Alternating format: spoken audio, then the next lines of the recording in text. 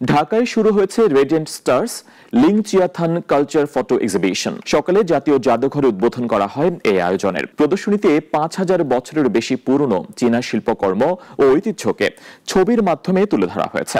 প্রধান অতিথি পরিবেশ উপদেষ্টা সৈয়দা রিজওয়ানা হাসান বলেছেন, এটি কেবল শিল্পের প্রদর্শনী নয়, বরং দুই দেশের বন্ধুত্বের উদযাপন। চীনের আনহুই প্রদেশের ভাইস গভর্নর সুন ইয়ং জানিয়েছেন, সংস্কৃতির সেতু বন্ধন অর্থনীতি ও শিক্ষা খাতেও সহযোগিতা বাড়াবে।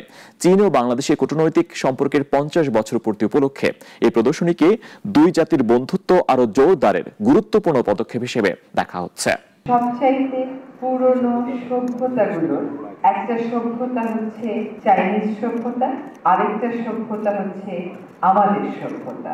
এই দুটো সভ্যতার সাথে যখন সাংস্কৃতিক সেতু বন্ধন হয়, সেই সেতু বন্ধনের মুহূর্তে দাঁড়িয়ে কিছু কথা বলতে পেরে আমি সত্যি খুবই আনন্দিত। Bangladesh and China closer ever than before. Honorable Chief Guest, Sir Rizwan Hassan, Honorable Advisor, Ministry of Environment, Forest and Climate Change. She is the recipient of Creative Womenhood Award 2008. Immense pleasure to be present here this afternoon at the opening ceremony of the Radiant Stars Ling-Jiatan Culture Photo Exhibition.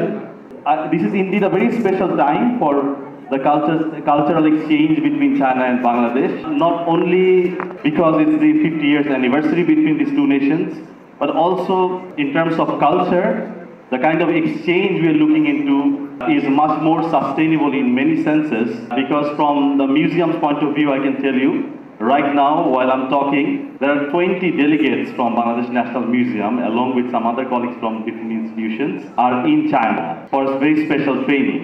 我谨代表中国驻孟加拉国大使馆，代表姚文大使，对展览的开幕表示祝贺，对中孟两国嘉宾和在座的各位观众，尤其是不远千里访问孟加拉国的孙勇副省长以及代表团各位成员，表示热烈欢迎。